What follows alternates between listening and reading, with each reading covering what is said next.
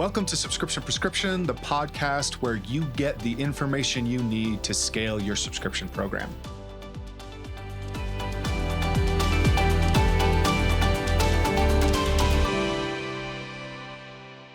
Hello and welcome to another dose of Subscription Prescription. This is the podcast where we help you figure out everything related to D2C subscriptions. And on this week's dose, I am looking for all the smoke from all my email experts out there. I'm basically going to walk through some of the things that I think are good, better, best when it comes to emails and subscriptions. And I'm doing this episode because I often see the opposite happening when we're working alongside email agencies with people that we've worked with clients in the past. So if you're an email expert, hit me with the smoke. If you think that I'm wrong, you found a different test, that's great. Send it my way. I'm always looking for opportunities to improve my knowledge. But I'm going to walk through all the different places in the email and SMS journey that I think are important, and that is often different from advice you get from just a typical email agency related to what they want to send and when. So if you've seen anything different, let me know. Now, as I dive into this, I do want to say that all of this is testable. You can validate all of this, whether I am right or whether I am wrong. And when it comes down to brands, I actually have found that I am never universally right. I know it's a big shock, a surprise. My wife would be flabbergasted to hear that I am not right all the time. But the truth is you can verify all these things. And within your brand, you should be creating simple A/B tests around some of these theories or this hypothesis I'm going to lay out for you. So first things first, we're going to talk about onboarding emails. Now, an onboarding email series you should be sending is something specific to product subscribers. So this isn't your newsletter list subscribers.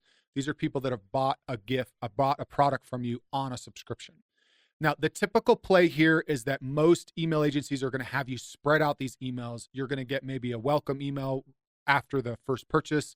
Maybe something comes a couple days later, and then a few days later than that, and then 10 to 15 days later. That's because most people are worried about over-sending emails to people. That is a general theory there. Now, I'm going to say that is a lot of BS, and the reason for that is pretty simple. A subscription, the most important thing once somebody's made a purchase is getting them to use the product, and getting them to use the product comes with all of this baggage related to what is difficult about your product to understand, what makes it different, how does it stand out. So I'm going to walk you through a few basic examples here. So let's say you're selling a supplement that takes 30 or more days to see a physical difference once somebody starts taking it, right? It's something that helps them sleep a little bit better slowly over time. It's vitamin C, it's magnesium, something like this, right? If you have that as an issue, you need to be spending multiple touch points educating somebody that that is what's going to happen. One email isn't going to be enough. That should be something that you mention as part of your welcome email, and you can dedicate an entire email to that. And it could also be in your billing reminder that we'll mention a little bit later. If there's something specific about how your product is different, right? When we're looking at protein powder companies that have different ingredients than the typical protein powder, and so they taste different, they mix a little bit differently, they need a little bit different care, the flavor's a little bit different than what somebody might expect. You need to let them know that that is going to happen, right? And you do that in the onboarding, the welcome email series, right? Is there something specific about how it's prepped, when it needs to be taken? Does it need to be refrigerated, right? There's all these types of instructions and things that can happen. And the onboarding email is the best place to do that. And not only are we educating people about making sure the product works really well for them, we're also setting the stage for long-term retention by educating them on a brand story. Is it a founder story about their kid was suffering from this condition, and so they traveled the Himalayas looking for natural remedies and found this one plant and went through this long journey finding a manufacturer to make this one specific capsule so that you could have that, right? Okay. If you have some really cool, compelling story like that, you need to be doing that, because then you're creating this identity, community. You're demonstrating to people how much sacrifice you've made building that product, right? That's a bit of a funny example, but the truth is most of you have great founder stories out there that you're not leaning into enough, okay? Then if we're talking about a common reason people cancel is because of expense, the cost. Well, we need to make sure we explain to people why your magnesium product is better than something they can get off the shelf at GNC.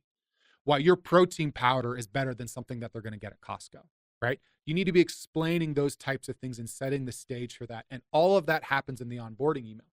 Now, the problem with the timing that I laid out before is I don't want to be educating somebody on why my product is more expensive than something else 3 days after they've gotten the product, right? There's a narrow window of educating people. They're super excited when the purchase happens, and then they're super excited when the product arrives. And that's typically 2, 3, maybe 5 or 6 days for most brands. So depending on your window, I would send an email every day up until the product gets delivered. So you have a welcome email, welcome to the subscription, that outlines perks and benefits, that type of thing, that comes, say, 10 to 15 minutes after the purchase. We want purchase confirmations to go through first. And then I've got several days where I can send an email and or SMS every day with some of those talking points. And then once the product is delivered, I then want to send 1 or 2 messages about usage and consumption and make sure they have a really great product experience. And then after that, I want to leave them alone. Right? I do like the idea of testing a check-in message periodically, whether using like a postcard or an email to as a reminder, especially if you have a product that does really well once somebody is testing it and making it part of a habit for them. But you want to be careful with those types of messages because those can cause churn. So we're looking at how we ramp people up to the product. And so there's a narrow window to do that. We want to make sure we're investing heavily. That's why I say send a lot of email messages in those first few days. Now, you can test all that. I'm going to tell you right now that regardless of what you send, most of the time, sending an email can potentially cause churn. That's very obvious because you're reminding people that aren't using your product and aren't super excited about your product that they have a subscription to your product. Okay? The test here is, how does my first month renewal work? So I would look at the welcome email, the very first email, how that causes or sparks first day churn. So I want to look to make sure I'm doing a really good job on that very first email that I can try to test to bring down first day churn because I'm getting people excited. But after that, I'm testing several emails to see what's being opened, what's being clicked from a content consumption standpoint. But then how does that drive my overall retention on renewal rates into month 2?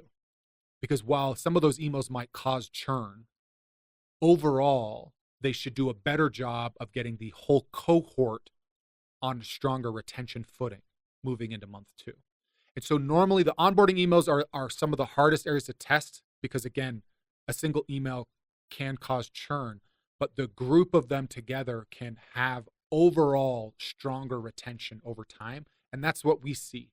Usually you'll see your renewal rates into months 2, 3, and 4 increase as you spend time crafting a great onboarding series. Now, the second communication touch point here and potentially one of the biggest, like, immediate impactful ones is the billing reminder email.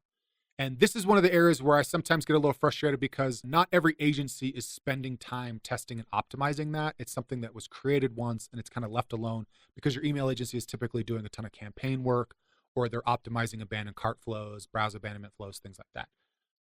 But when we're looking at your billing reminder email, that is your biggest piece of real estate to communicate benefits, to get people sold on the next renewal.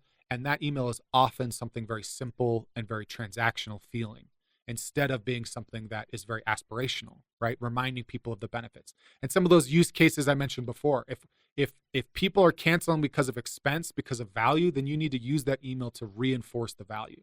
If people are skeptical about benefits, like if the product is working, then the billing reminder email is a great place to reinforce what's going to happen and the time that it takes, okay? So that's the other place that you should be spending a lot of time getting into. Now, the final thing I want to talk about when it talks about, again, this idea of what you should or shouldn't be doing is that a lot of brands don't want to send messages to subscribers. You don't want to touch it. Once they're in there, you want to kind of leave them alone. I'm going to kind of introduce 2 separate ideas here. The first is utilizing SMS. Again, if you feel like an email causes churn, then the idea of an SMS message might make you feel like there's no freaking way I'm ever going to do that because that's going to even more cause churn. And I've talked about this a ton. I don't want to go into like a 20-minute rant about trying to explain or lay out all the math here. But the idea is this. There are many brands that I have audited and that I have worked with where SMS is an asset instead of a liability. And that is because the people that are canceling just because they got notified aren't good subscribers. The people that want to stay need a little bit more control. And so for the people that actually like your product, they are using your product, but maybe they didn't take it the first week they got it, or maybe they skipped a day here or there. There's something maybe about the amount that they have that isn't quite right with, say you're going to ship me another 3-month supply of something, and I still have a month's supply left. I might want to delay a month. And SMS is the best way to do that, because I can put all those controls right there in a message. I can delay, I can swap a flavor, I can do a lot of those simple things, and I never see a cancel button, and I never see the subscriber portal, which has the cancel button in it. So looking at SMS as an actual asset for control, and what we've seen from a data standpoint, time and time again, looking at thousands, tens of thousands, well, really hundreds of thousands of subscriptions for this research project a few years ago, was that people that make changes to frequency have higher LTV. And SMS is the best way to enable that. Okay, so that's point one on looking at some communications. The second one is just looking at your broader campaign strategy when it comes to subscribers. Now, obviously, if you're introducing like a new product, if you've got something like new coming down the pipe, you want to introduce that to past purchasers and existing subscribers, right? Those are your warmest audiences for you. The problem I see and or the opportunity that you have here is being just a little bit more methodical in how you message subscribers from at a campaign standpoint. Now, I mentioned before this idea of like not wanting to send emails. One of the like weirdest paradoxes I come across is large subscription brands that don't want to send a billing reminder because it causes churn, but they keep every subscription customer in all of their campaign flows. So you don't get a billing reminder about your renewal notice, but you get an email every day about some special or some product that they're trying to get you to buy, right? So that's a contradiction. So if we're worried about churn and we're worried about messages that people are getting, then maybe opt subscribers out of all those campaigns for month 1 or even month 2. If you want to go even deeper and to be more effective, it would be starting to look at campaigns and offer structures that are specific to subscription customers. They are your warmest audience. It is worth the ROI on developing campaigns specifically for them, as opposed to some of your active 120-day audiences. And the reason for this is because there's lots of tools and specials that you can give to people like this. If they already have a subscription, you can use a quick action link to add something to their upcoming order, right? You can create subscriber-friendly and specific offers around new products, like 50% off this product for the next 3 months when you subscribe to it, right? Things that are going to work better with subscription customers than they would with non-subscription customers, so that you can get them on that product and locking them in. So again, the point here is being a little bit more methodical in our campaign strategy. Just think it through a little bit more on how we're opting people in or out if they're a subscription customer. And if we're going to run a special or something, is there a special specific to subscription customers that we would rather do?